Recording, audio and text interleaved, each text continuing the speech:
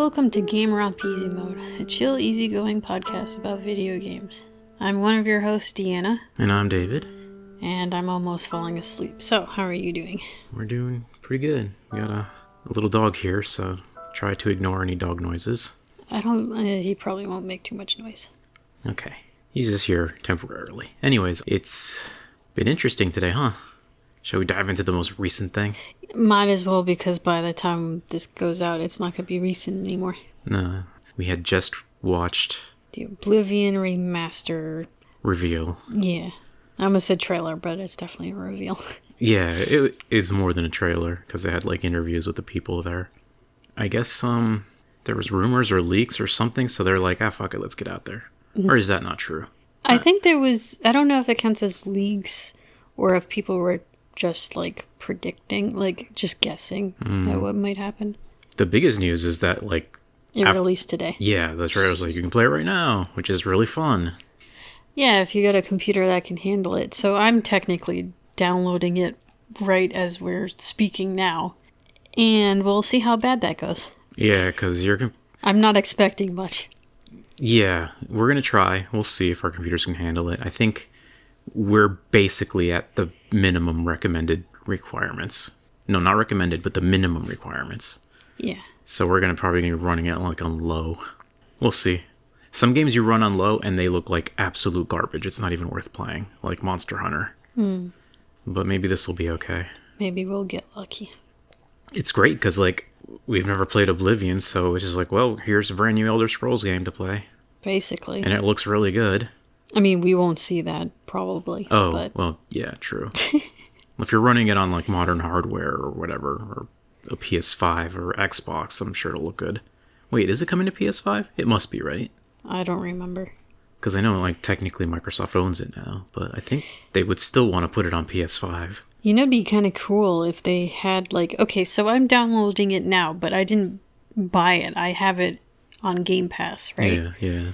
What if, like, for especially newer games and the fact that, like, no one's going to be able to afford shit with general inflation and then tariff crap.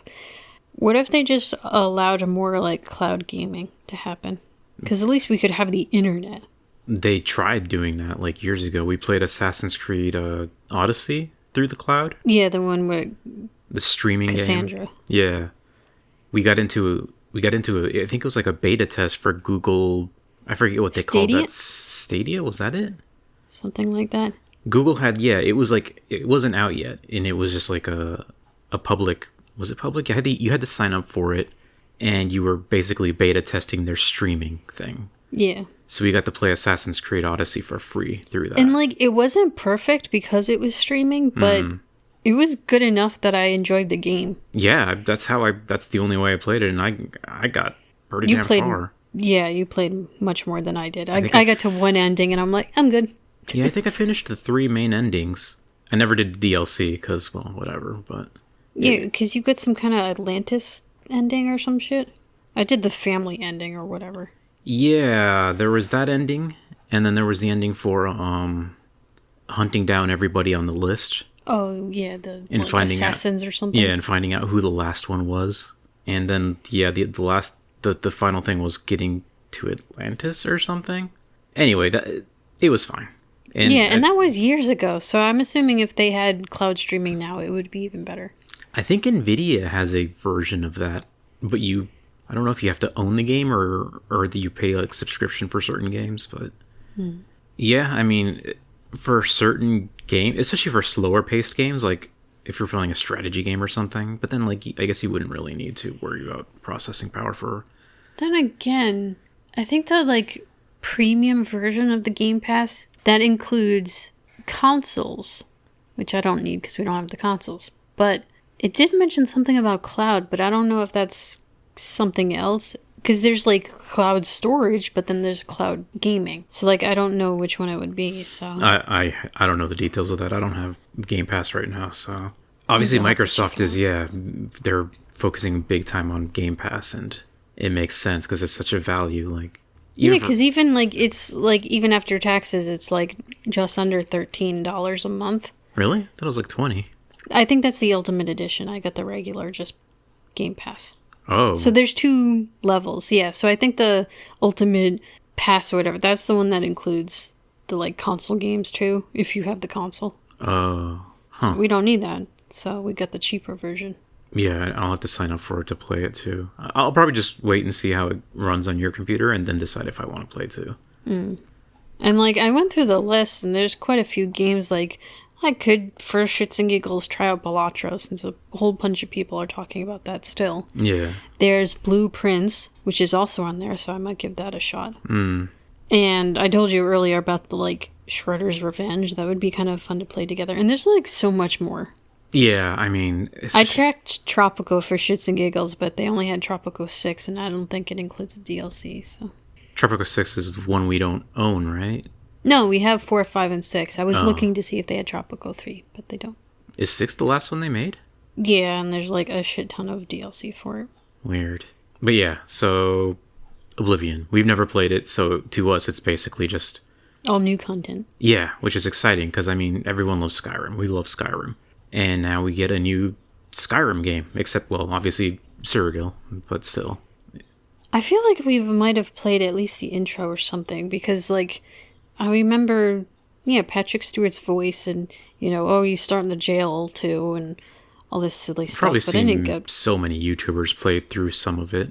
I mean, maybe, but then, even then, only the beginning, because I don't remember the rest of the game. And it must have either been Oblivion or Morrowind that I had tried for, like... You tried Morrowind, yeah.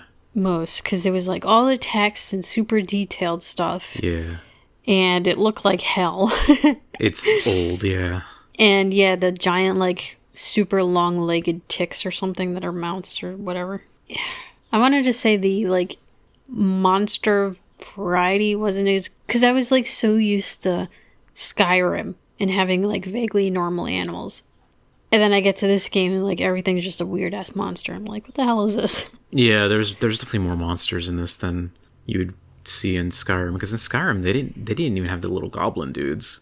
Anyway. I guess not, yeah, because that's not triggering anything in my brain. Yeah, we'll see. We'll talk more about it next week after we play it for a while. If we can play it. True. It might just make my computer explode. I don't know. And if not, I got other stuff I want to be playing anyways. So, I mean... I'm still playing the truck game. So, yeah, I'm just playing SnowRunners and still loving it. So, whatever. It's just one of those things. I talked about it already last week, but just, like, there's something about zoning out to the podcasts and just doing work, fake game work, driving around. It's very relaxing. Speaking of fake game work, it kind of vaguely reminds me of when I was really into the American Trucker, and I wanted to stream it. And I remember once we had gone to the mall or something and I saw, I think it was inside Spencer's or something. Like just past the door so that we didn't have to go in, but I could see it. And they had this like, I don't think it counts as a trucker hat, but they had a hat. And in quotes it just said, working. And I was like, oh, that'd be a perfect like hat to put on while doing the trucking game to pretend I'm actually trucking. And it's just like, oh yeah, I'm totally working. I might actually... think about recording. I went ahead and bought into the new mics because I don't need to talk about that here, but yeah, maybe one day I'll record some of that too, because I feel like this is one of those games where you could just keep playing and playing and playing, and like I think I'm at 60 or 80 hours. Hot damn. And I still barely touched like 3 of the maps. Jeez. So, and then there's so much DLC too. Like I don't know how much DLC you owned for American Truck Simulator, but quite a few states.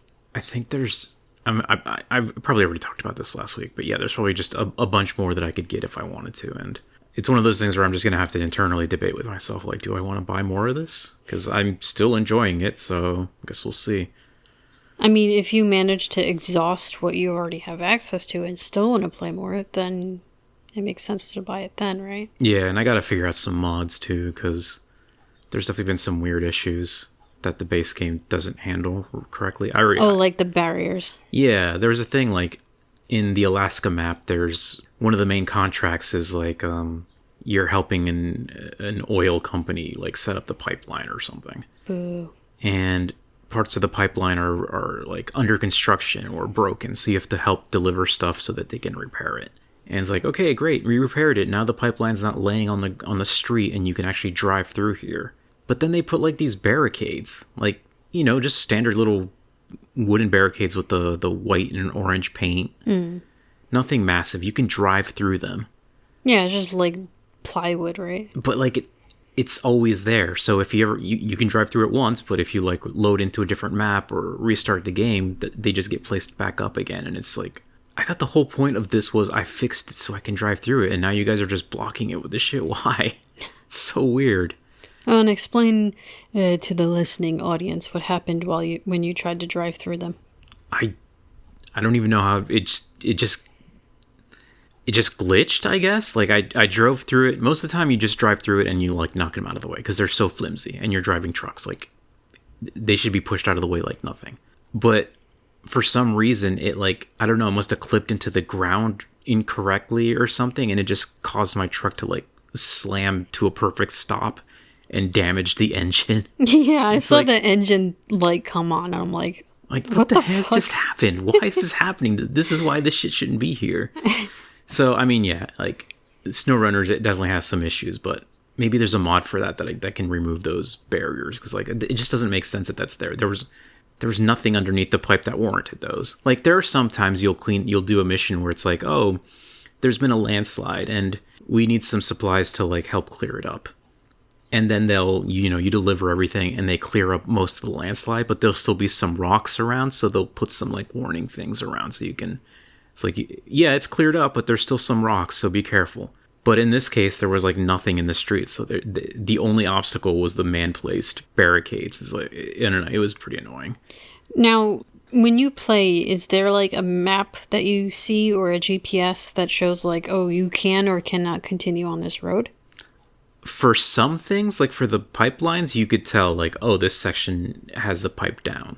For some of the other things, like, no. Like, okay, bridges is another thing too. If the bridge isn't rebuilt and it's down, you'll see on the map that it's down. And then once you get the supplies out there to fix it, the bridge will be up.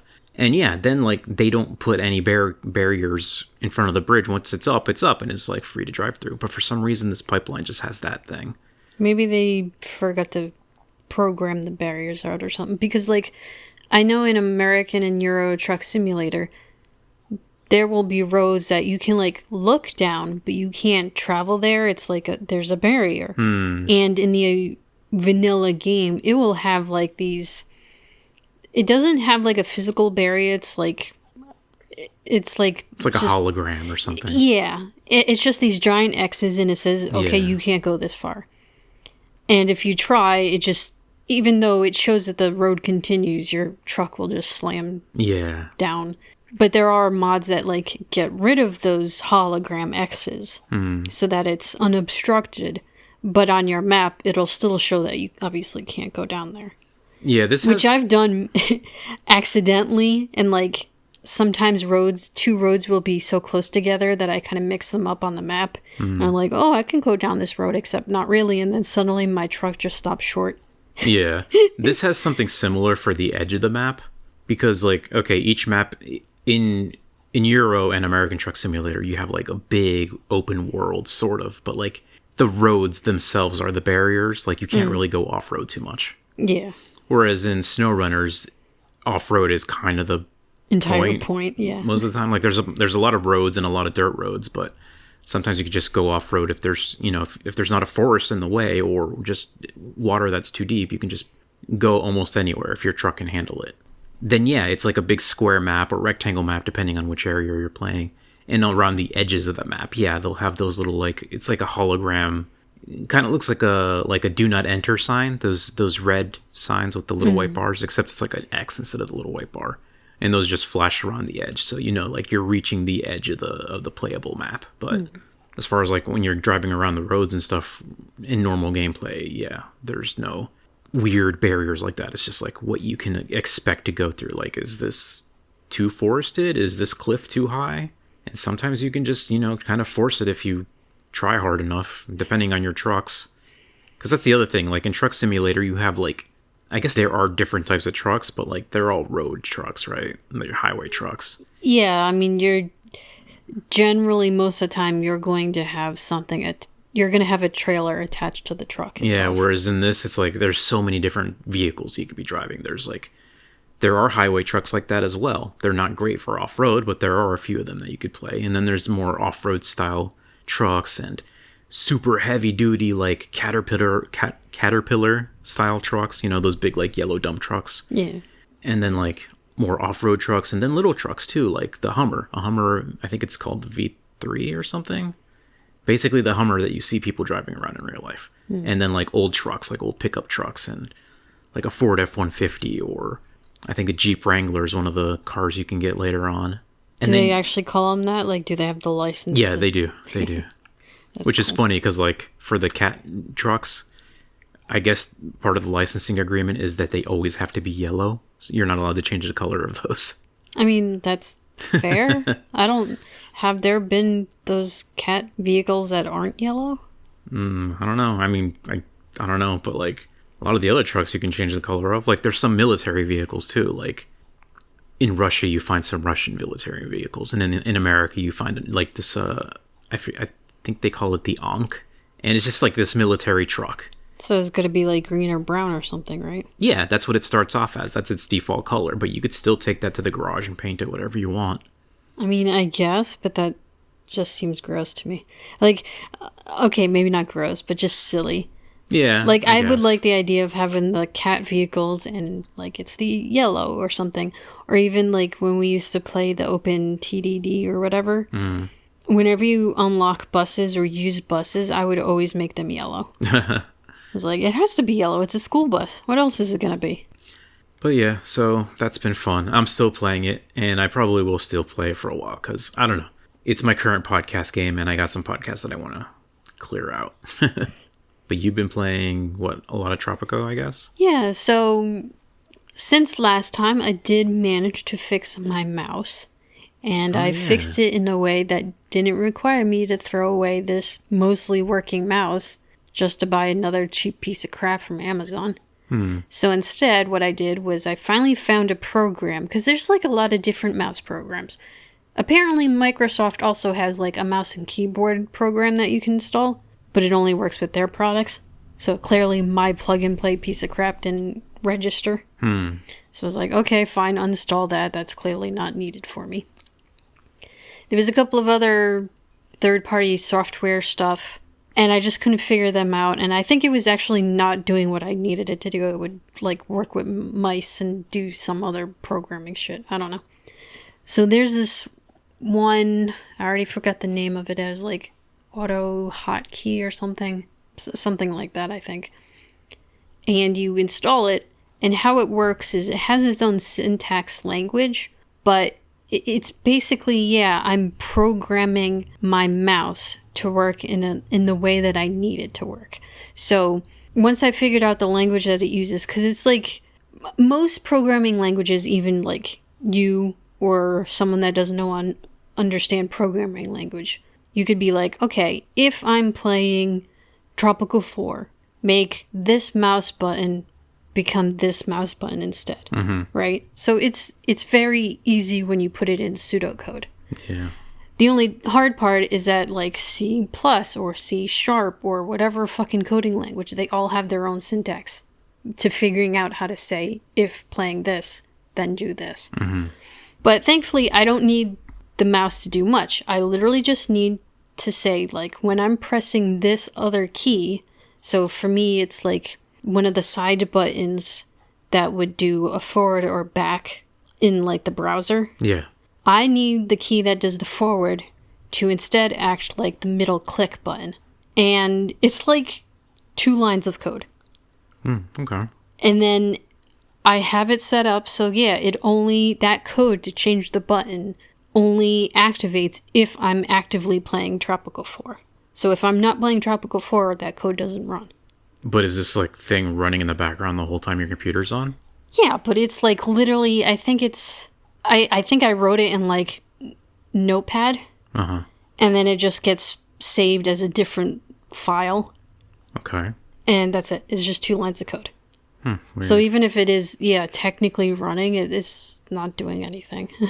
It is and isn't doing anything. Oh, yeah, I guess. I mean... So with that long explanation, I am now able to play Tropical 4. I can use the button click that obviously doesn't even get used in the game anyways. And now I can change the view and change the angle that I'm viewing at. So I can look around the map and I can play the game. Because I can't imagine not using that and trying to play the game. Like, you just would not be able to see around the island. Yeah, I mean, shit. I remember when mouses, they came without any middle scroll button. Yeah, it was just the 3 button. No, just 2. Oh, you mean like, yeah, okay, I guess. Old school. Actually, yeah, it was Apple that only had 1, wasn't it? Yeah. So Apple had the 1 button. Windows had, or PC, whatever, had the 2 buttons. Yeah. Then they added the middle wheel button. And now we have, like, I guess the 5 button is kind of like the default mouse or something. 2 for forward, back, the left, right, and then the middle click. Yeah. And of course, then you have the, like, very specific ones that, like, have a whole, like, half alphabet on the side if you use, like... Yeah, like more like gaming mice and stuff. And even, like, yeah, I guess any gaming mouse would have that. I'm just thinking, or I'm interpreting it as, like, an MMO mouse that has, like, the extra number pad on the side. But I guess you could probably use those from shooters or something. I mean, yeah, any game you could just program hotkeys to do whatever. But shit, even the 2 button on the side, you can program it and suddenly you're unlocking, like, 20 plus extra keys to use in WoW or something. Yeah, I don't think I really use those keys too much when I'm playing games. Not in normal games, no. Because even here, it originally is not used in Tropical 4, but that's also, like, old, so... I also usually just play with a controller anyways when I can. That's fair. Especially if it's a mostly driving game like SnowRunners. Yeah. Hell, I'll probably be playing the Oblivion remaster with my controller if I can. I think they did mention something about controller support. I mean, yeah, it's definitely going to have controller support. All their previous games did, and they're putting this game out on Xbox and assuming PlayStation. Oh yeah, that's true. So, yeah. Obviously, if it's released a console, it should have controller support. Man, it's going to be interesting if this plays well and eventually has mod support. It's really... Getting back to this a little bit, it's really fun to play these Bethesda games at the very beginning when there's like no mods. So yeah, you actually have to play it vanilla. Yeah, and then like you slowly start seeing people putting out mods and like, ooh, what's new today and on the modding boards or whatever. Check out Nexus and like, ooh, anything new and interesting getting popped out. And sometimes you'll see like, oh, this person added like a cool new outfit, or this person changed it so you can some little gameplay tweak that makes it less tedious or whatever. So yeah, that'll be fun if in fact it does support modding, because this is technically an Unreal 5 game now. It's not in Bethesda's old engine. Yeah, that's an interesting thing. When they mentioned Unreal 5, I'm like, ooh. Yeah, they seem to say... Because, like, it looks good visually, but I don't know what difference the Unreal Engine would or would not allow compared to, like... Well, not only just modding, but, like, just what Bethesda usually does in its game. Yeah, like all the stuff you can pick up and interact with. There was also that other game we... I forget the name of it. We watched the Spiffing Brit play it, and a lot of people are playing it recently. There's this new indie-like Skyrim game, or indie-like Elder Scrolls style game. You remember? Oh, yeah, I don't remember the name of it. And that had the thing where, like, yeah, there's like, you can walk into a house and, like, you can pick up all their bowls and forks and cheese if you want. It's like, there's something about those Bethesda games where it's like... Let me touch everything. Yeah. It's like, they're just, you can interact with so much, and it seems like a lot of other companies don't do it that way. And I assume it's because the more stuff that's interactable, like the more physics the engine can yeah, there's more stuff that the engine has to deal with. And that's what Bethesda's engine was so good at, like all this minute detail. Whereas like some of the other engines just don't handle that kind of thing very well. Although actually The Long Dark did pretty okay with that. Yeah. Like they have a lot of things you can usually... While you're playing in the game, you're like opening up the cupboards and you don't really see it, but there are a lot of items. But you can technically put all those items down in the ground, and then from there you can move the items. So they're kind of like an in-between type of thing. Yeah. And, well, I guess it depends on your system. And The Long Dark also isn't like the most graphically demanding game, but... No, but it still looks good, surprisingly. So. Yeah, it's got a good style for it. But like... you could literally take all the cans of soda and water and food that you got and like pile it up on like the living room floor and then just walk into it and kick it everywhere. Yeah, if you want to. I don't know how much you would have to put on the ground for it to like start really screwing with your computer. But yeah, and that's the thing you see a lot of people do for some reason. Like, I guess there's just fun in it, but like they'll in Skyrim just collect all the cheese wheels and like empty their inventory of cheese inside their house and swim through this pile of cheese. And then you see the slowdown. It's like, oh shit. So it'll be interesting to see if this Oblivion remaster will be able to handle that. And like the mods. And like, what is this going to mean for the Skyblivion team? Like, what are they thinking? Because like... They're like, oh, Fongo. Because the whole point of Skyblivion was like, we love Oblivion, but it's old and kind of ugly, so let's put it in Skyrim, because Skyrim looks good. But and like, then Bethesda's like, nah, we'll do that. Bethesda's like, it's been 14 years, guys. It's too late. We did it. It's kind of... I feel kind of bad for them, honestly, because like... I mean, maybe they'll still release it, because if our computers cannot handle this, maybe we could try Skyblivion. Yeah, true. Assuming there could still be a use for it. Assuming they let it continue. As long as they're not charging for it, I don't see the big deal. But, yeah, but like this... Microsoft owns them now. I mean, I guess, but they kind of got to realize that if people have a computer that can handle it, they're probably obviously going to just fucking buy it from Bethesda. Yeah. I mean, people love Bethesda. There's a reason why Bethesda has been able to sell Skyrim on like 10 different platforms, because people will just keep buying it. It just works. I guess we'll see. And honestly, I looked at the price tag and it's not that much. It's like $50. Yeah. Which is a normal gaming price that everyone's like, why aren't games $50 anymore? Well, there it is. Yeah, when we saw the trailer for this, I'm like, oh, it's probably going to be $60, maybe 70. 60 is for the deluxe version, so... Wonder what's in the deluxe version. Extra stuff? Other than that, I don't know. Because when we watched the trailer, the presentation, they were like, it's going to include all the DLC. So I don't know what the deluxe version... Hopefully you don't need the deluxe version for the DLC. No, I don't think so. It's just different versions of horse armor. Maybe. You get 10 new versions of horse armor. I really don't like... Honestly, well, horse armor is bad too, but like, I think sometimes you'll see the deluxe editions include different armors, and even if it's cosmetic, I hate that. I don't like that. So... guess we'll see. Maybe it's just a really ugly outfit, so who cares? Anyway, anything else? What's up with you? You've only been playing Tropico, right? Yeah, basically. Okay. I was just thinking of trying to like go through them, and I guess there's some slight things I could go over in the sense of like, okay, what changes since I can't play Tropico 3? What changes between Tropico 4 and like the original? And it's like, well, okay. I mean, sort of, kind of, but then also not really. Like, okay, the one biggest thing that you can see from the start of the game is, oh god, they added cars. And they really just, I don't know. It's half and half, because for the most part, the people don't need the cars. You build a road from their apartment all to the like mines or something. There's no way that walk is going to take more than 20 fucking minutes. These people can walk to their work. It's not a big deal. Yeah. But, again, I can understand, the big trucks for, like, the Teamsters to gather all the ore and to bring it to the shipment place. Okay, I get that.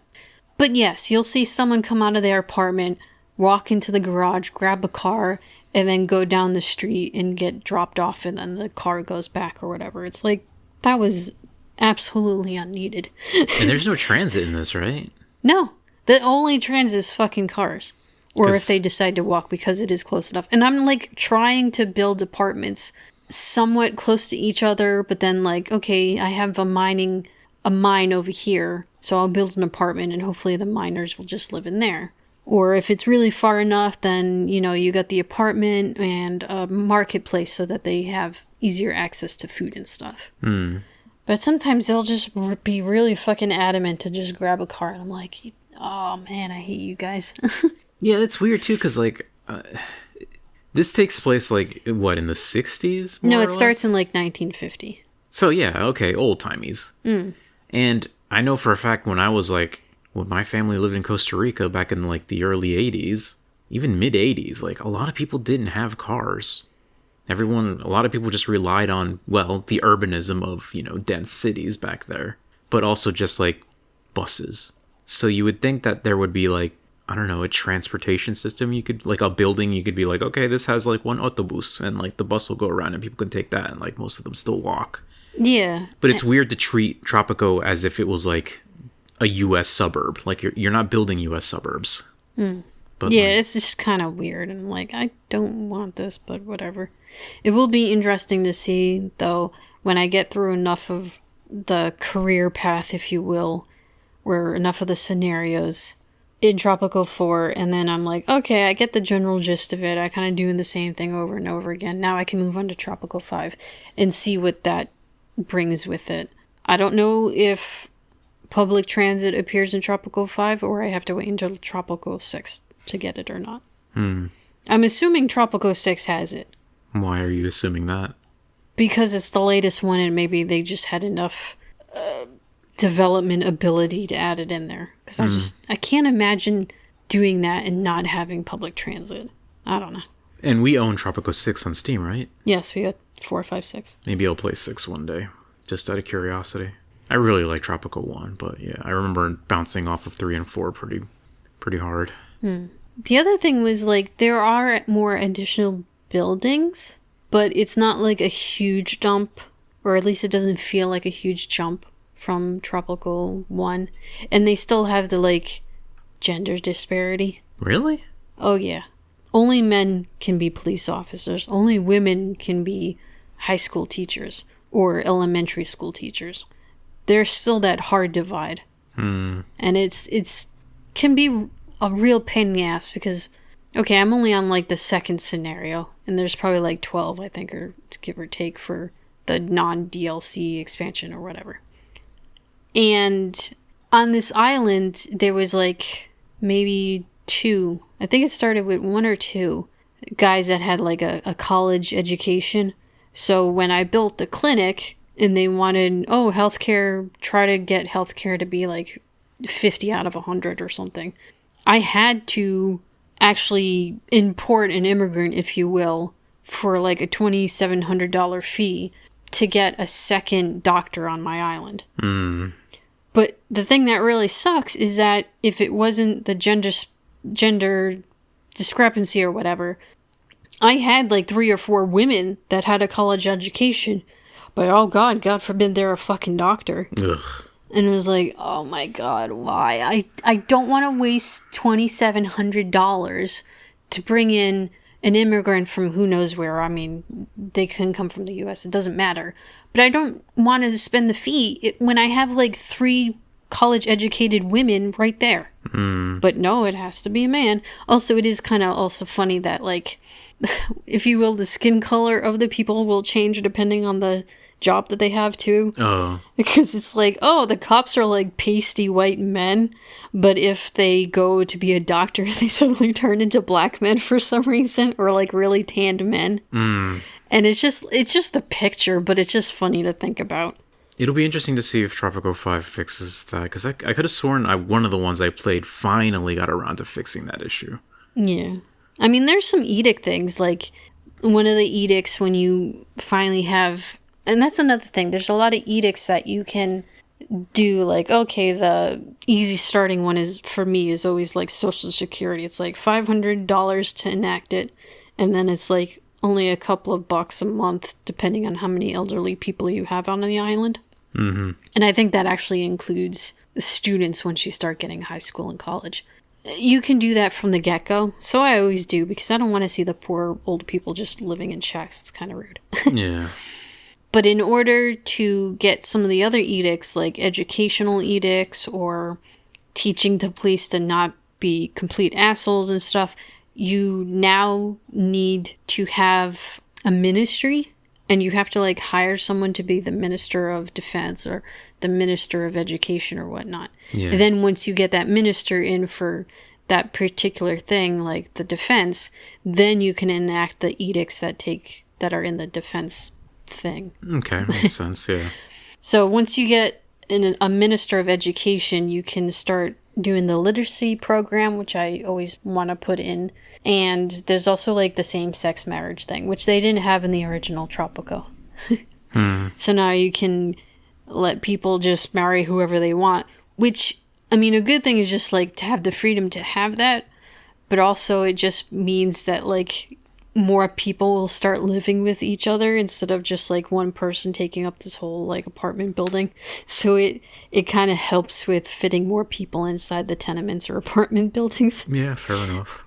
So it's like, yes, please just get married to each other and consolidate room, I guess. That way I don't have to build as many fucking tenements and apartments. Yeah, I remember in the original game, I would build a lot of those like cheap apartments. But once I got like rich enough on the island, you'd be able to just like, these apartments don't charge any rent at all. And like people were happy to live there for free, even though it wasn't like the best buildings, but it's better than the shacks that they would make. Yeah. You can also still do the housing is free in Tropico thing. But another way you can do it, I mean, I guess it probably equals out, is you can, once you start getting electricity on the island, you like the tenements will now, you can put like an AC or whatever. Yeah.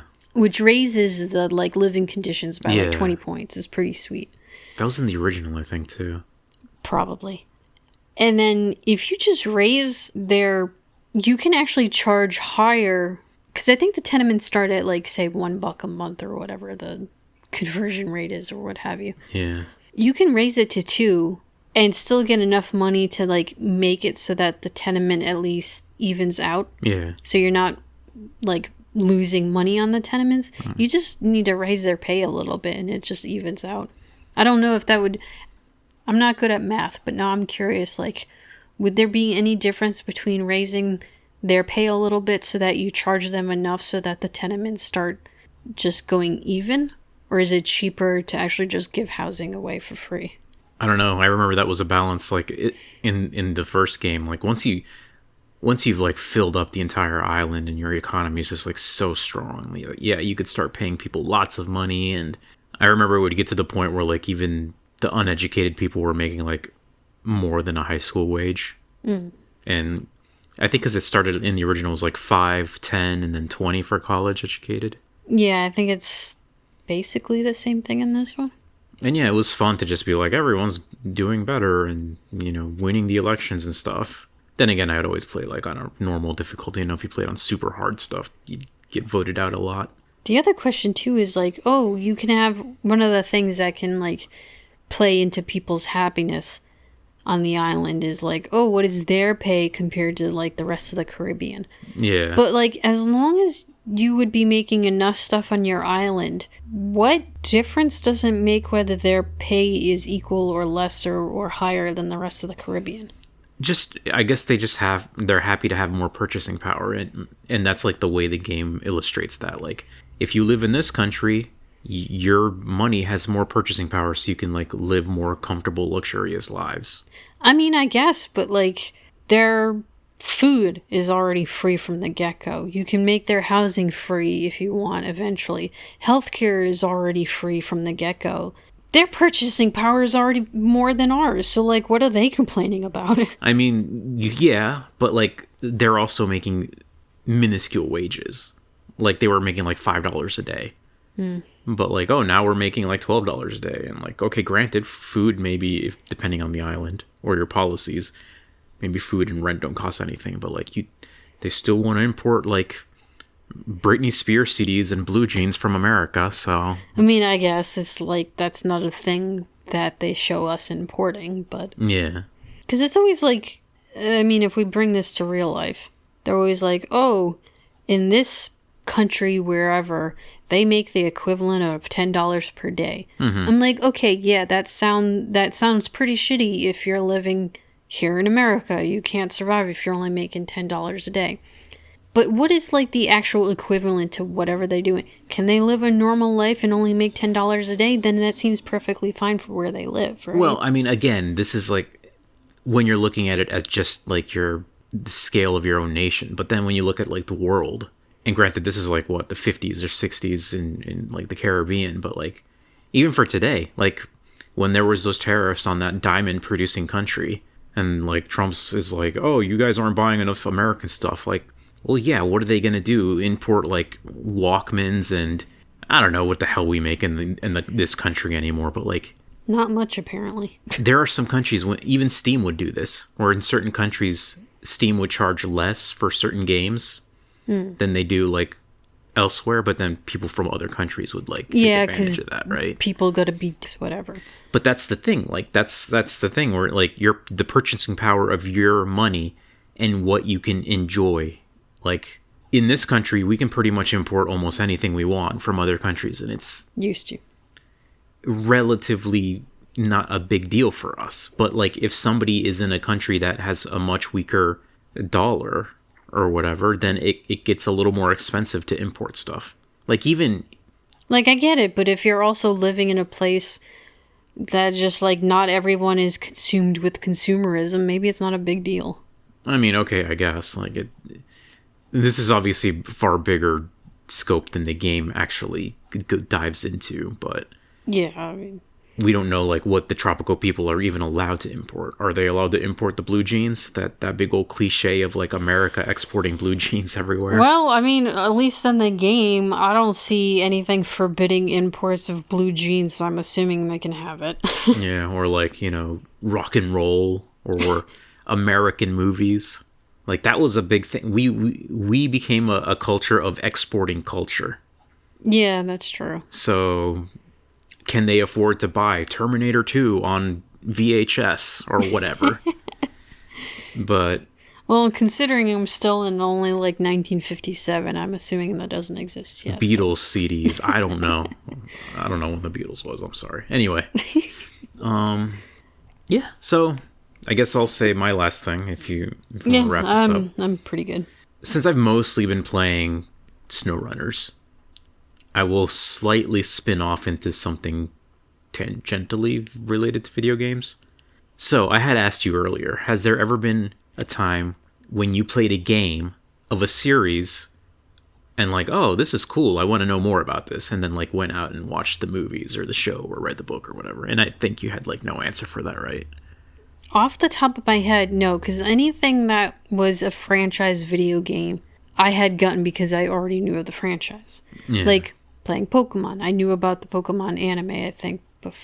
Wait, actually, now that I take that back, did I have the Pokemon anime or the game first? Maybe that's too far back and I don't remember. But like, say for, I don't know, one of the Harry Potter games in the Chamber of Secrets, I had already known about Harry Potter before I played that game. I think that's normally how it works for video games. Yeah, it's like you know the property and then you buy the game versus like the other way around. I mean, there probably are some kids out there that like played the Harry Potter video game and they're like, whoa, this is cool. There's movies. Sure, I want to watch them. Or Star Wars. Played Lego Star Wars and then like as adults finally got around to playing or watching the Star Wars movies.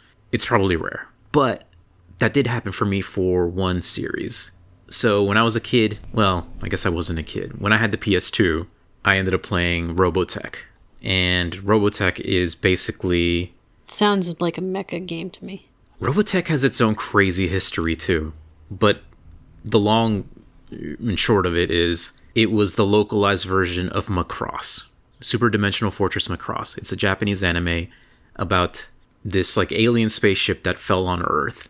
And it was way more advanced than anything the humans had, so they like studied it and like developed the technology from it. But then the aliens came back and they're like, that's our ship and we want it back. But they didn't want to like get too involved with the humanity, so like there was this little war between the humans of Earth and these aliens that the Macross belonged to, right? They didn't want to get too into it with the humans, so they started a war.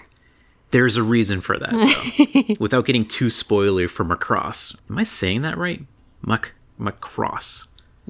Anyway, without getting too spoilery for it, they didn't want too much interaction with the human beings because they didn't want to be contaminated by our culture. And that's racist. The story of that anime goes into some really interesting discussions about like culture and how it can be a powerful force, even sometimes more than war. And you kind of see that in other games and other series. Like, think about, like, Civilization. Like, one of the ways you can win in Civ 5, or the other Civs, is via culture victory. So Macross is kind of a story of humanity winning a culture victory against this unstoppable alien force, because they had like, at some point they had millions and millions of ships, like way more than the humans could possibly comprehend. And if you ever see like clips of Macross or the movie, one of the big things you'll notice is like, what is this girl? She's just singing, and there's like Star Wars fights going on out there, but like there's this girl that's just singing and being projected.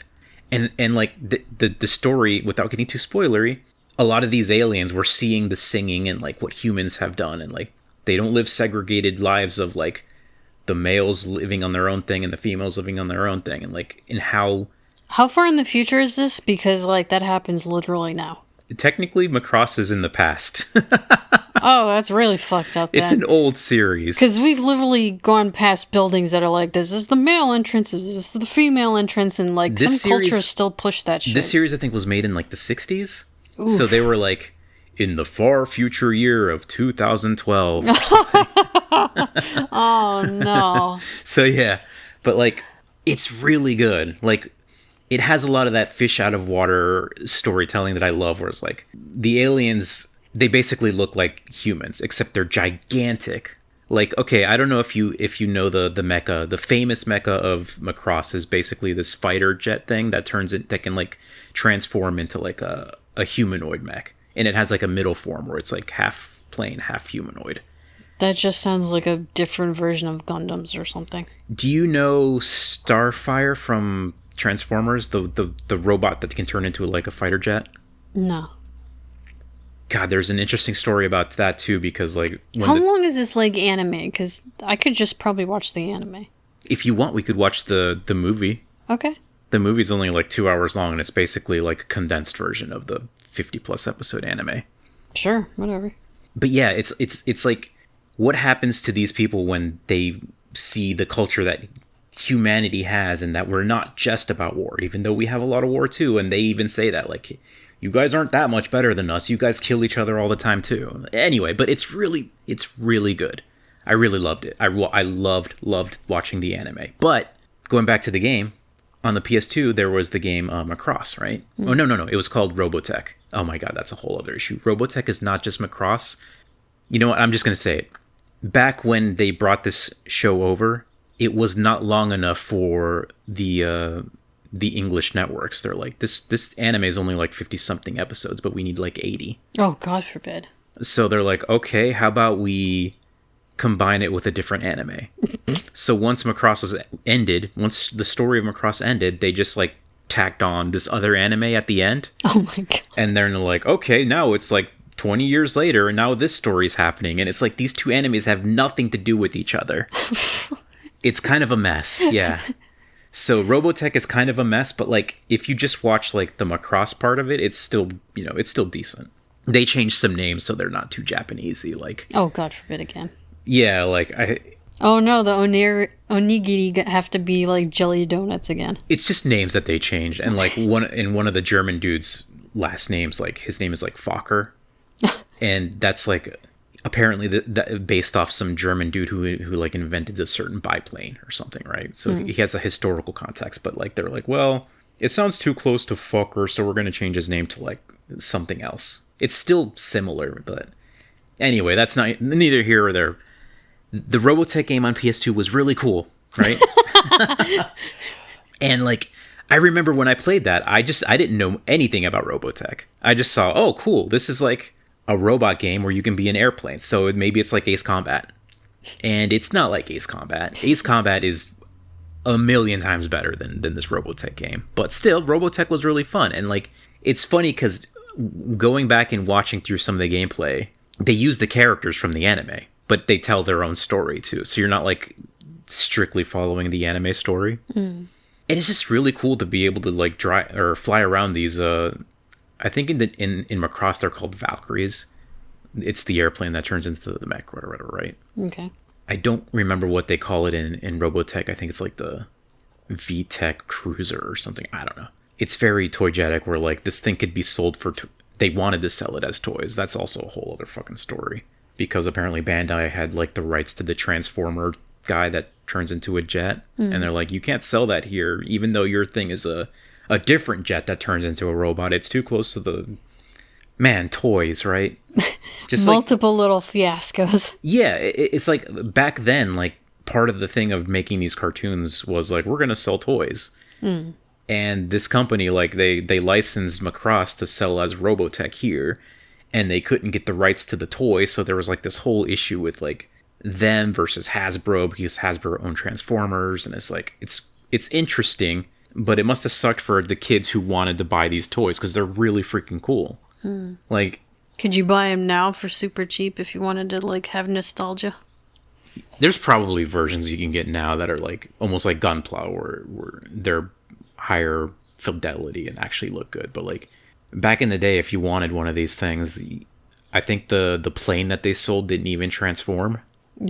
So it's like it kind of defeated the purpose. But because if we're talking about like, you know, the 80s, especially with like, we have this franchise, we gotta make some toys. I mean, they had fucking RoboCop, which is definitely not a movie for children, and then they made like RoboCop figurines that kids could play with. Yeah, I mean, everything back then was like a toy. If you could, Alien had toys. It's like this rated R movie. I think it's interesting. I don't know if we do that anymore these days. It's like, is there any modern day rated R movie that like we sell toys to kids for? Toys to kids, I would assume no. But on the other hand, we just sell toys to adults now, too. Yeah, true. I mean, I guess you don't call them toys, maybe. I don't know. You just call them figurines. But that's actually an interesting part of Gundam's whole story, too, because originally when they went to make Gundam, the dude was like, okay, I want to tell my gritty war story. The story of like a terrorist attack that killed out half of humanity on Earth. And then the company was like, okay, cool, but we want to sell toys to children, too. Yeah, and then the anime just becomes like this stupid storyline for kids. No. The story doesn't change. The story is still, like, full of this stuff. Well, the older movies the only thing that they changed was the color of the Gundam. So now the Gundam isn't like some gunmetal military machine. It's like a colorful toy. Oh, okay. But, like, the story is still the same. Huh, okay, never mind. So yeah, you're hearing the story of how like the Earth is subjugating these, you know, space colony people and not letting them self-represent, and you know then they're like the oligarchs in these space colonies like, we're going to use this to like, hey, we have to fight back. They're not letting us, you know, have our own autonomy, and it becomes a war. And like they fucking drop a whole space colony onto Australia, and billions of people die. Jesus. And it's like, poor Australia, always getting the stick end. It's like their stories were crazy, but yeah, they were still like, okay, but we gotta sell toys to kids. So imagine like if like Ninja Turtles is another series of like, we're gonna make this funny and we're gonna sell a ton of toys to kids. But imagine if like Shredder committed a mass terrorist atrocity that killed like half of the US population. That's what Gundam is. It's crazy. But I was talking about Macross and Robotech, so... Yeah, did you finish your original point, or did we completely... I think I just wanted to talk about Macross, because I freaking love that. And yeah, sure, if you want to watch the movie with me, I'll have to figure out a way to get that. And I also want to watch Macross Plus, which is going to be on Hulu and Disney Plus, which is... Andor is as well. So Andor is just coming out. I can get Disney Plus. You mean like a second season or something? Yeah, the second season of Andor is coming out, and they're releasing like 3 episodes a week. So we can technically get 1 month of Disney Plus, watch all of Andor, and then cancel Disney Plus. Yeah, that's how it works here in our household. We get one subscription at a time. And when's the last time we even got a subscription to anything? I don't know, but Disney, which owns Hulu, so you're getting like both of them, also has the rights to Macross. At least everything past the original Macross and the Macross movie. After that, when Robotech isn't part of the licensing anymore, then yeah, that's on Hulu. So I'm going to watch Macross Plus on there, which is a 90s era anime. And 90s era anime has like the best animation. Like back when they were like at the top of their game with just 2D animation, no 3D stuff. So I'm really excited to see that too. As far as the game goes, it was good for its age. I mean, it's no Ace Combat. Ace Combat is fucking amazing. But Macross on the PS2 was also really good. So, hey, if you have a PS2 or you want to play the, you know, get the high seas version of it, it's still a really cool game. It's got like this really cool cell shading. It's probably one of the first games, maybe either between that or Dark Cloud 2. Like, one of the first games I ever played was cell shading. And it holds up for what it is. It's really cool. It introduced me to like this whole concept of mecha as far as like in video games go. Did I play Armored Core yet? I must have played Armored Core and Front Mission. So okay, it wasn't the first mecha game I ever played, but I don't know, man. Just something about how seamlessly you can transform between the jet and the mech adds like a cool new dynamic to it. Because like, okay, if you're playing like Ace Combat, you're always in a jet. You have to worry about like how you're gonna turn and that you don't crash. But in Macross, if you need to turn real fast, you can just transform into like the mecha, strafe around for a bit and shoot, because they all have like their different firing modes too. Like when you're a jet, you know what jets fight like. They fly around, they shoot missiles, they have a gun. Yeah. But when you turn into like the mecha, you can like aim the gun more precisely. You don't have to worry about like flying in the direction where you're aiming. So it's like, yeah, because you got an arm, you can just point it different. So like there's this like added depth of like, what do I use in this moment? And that was really cool. I don't know if they've ever made another Macross game, but they really should, because it's such a cool concept. I can just imagine like on the ground watching this plane fly overhead and then suddenly it just turns into something else to turn around. Yeah, I mean, basically. And like, okay, I won't spoil the story from Macross, but like it is also like Gundam where a lot of people fucking die. So it's interesting that like this anime was translated to English and just shown to kids. It's like, I don't know. I remember when I was a kid watching like Teenage Mutant Ninja Turtles and stuff, like there was no death, like no high stakes of anything. You kind of always assume that the good guys are going to win, but I don't know anything about like what Gen Z and Gen Alpha are growing up with, but like, do they have shows where it's like, hey, there's consequences to doing bad things or something? I don't know. I don't know. I'm sure like there are some darker elements to even like Adventure Time. So maybe that other show, what was the show with the Steven Universe and the gems? Maybe I guess. I don't know. I haven't kept up with modern day cartoons, so maybe they are a little more mature than they were back in our day.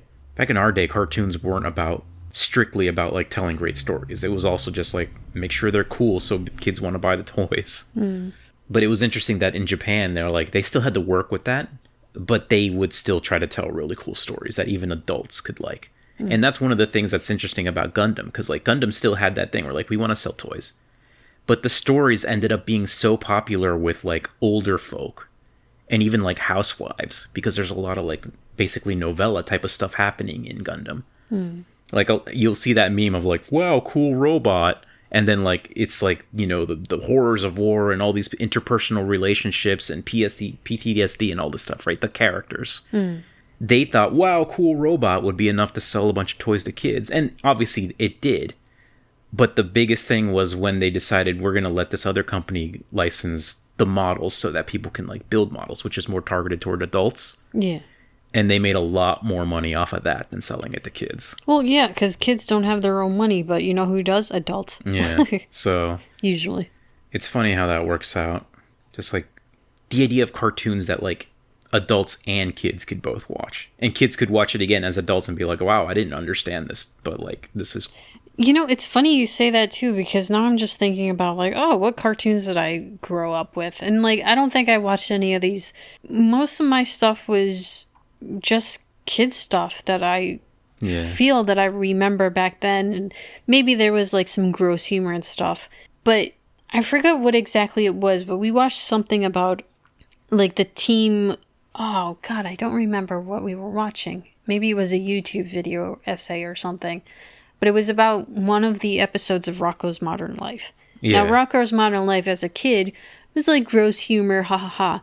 But the one episode about like Mr. Big Head, you know, becoming a clown episode. As a kid, I just saw it as being a clown, but now as an adult, you can analyze it and see that it was basically a metaphor for coming out as gay. Yeah. And like, maybe an adult would have noticed that at the time, but as a kid, I didn't see it as that, obviously, because I wasn't aware of that. And it's just like, there were like some hidden messages for older kids or adults. But, like, it didn't affect me as a kid. It was just like, whatever, he wants to be a clown. Yeah, and that's the thing, too. Like, they could hide certain things like that in shows like that. But for the most part, the cartoons we were being exposed to didn't really have deep stories for the most part. So yeah, even SpongeBob is like, most of it's just like, whatever. But sure, going back to it now as an adult, and you would probably relate more to Squidward now than when you were a kid and be like, why is Squidward such an angry pants, you know? Like, and that's another interesting too, like Japan was kind of ahead of its time in, like, you often hear this being talked about for Twin Peaks. Twin Peaks was one of the first shows here where it's like, you got to watch every show in order, every episode in order to know what the hell's going on.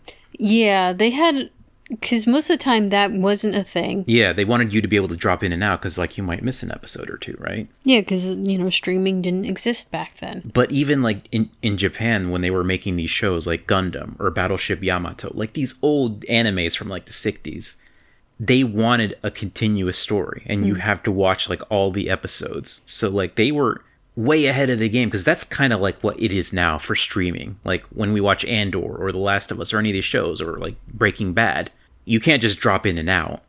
They are all continuous. Yeah, when we went to go see the documentary movie about DS9, now that was made back in the 90s, right? That was after Twin Peaks, but yeah. And even in the 90s, they were still having issues. They're like, well, we want to make this continuous storyline, but then the network is like, well, we still want people to be able to understand one story at a time. So they kind of back and forth. They were kind of like mixing it. Yeah, some half episodes and of half. DS9 you could just watch at any point, and like just tune in this weekend. O'Brien's being tortured in this manner. You don't have to worry about how he was tortured in the last episode. But poor fucking O'Brien.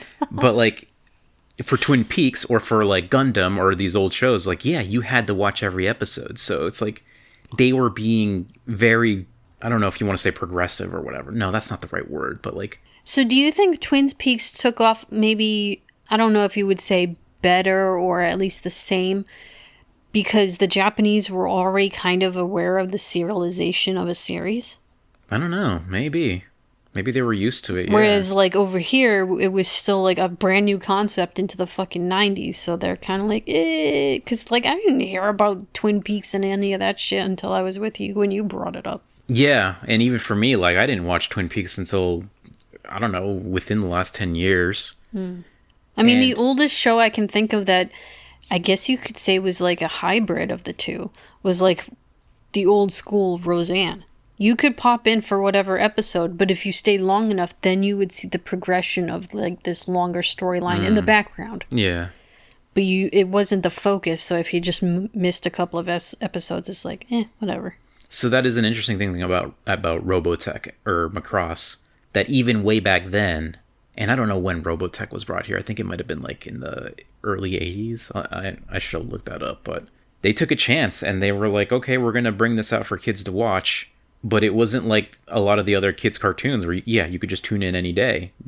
You had to follow the story, or else, like, you would miss when certain people, like, just flat out died. Like, oh, what happened to them? Or why are they doing this now? It's like, it's interesting in that regard that Macross was also very influential in well, Gundam as well. But I don't think Gundam came to the West until later. Anyway, I don't know, man. I'm talking about anime.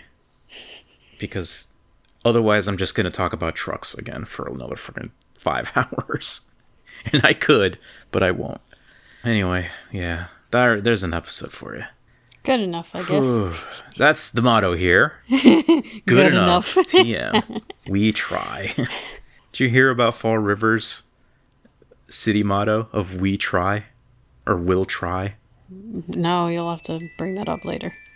It's pretty funny, but there's a story to that too. Anyways, we try. So, see you later, guys. Bye.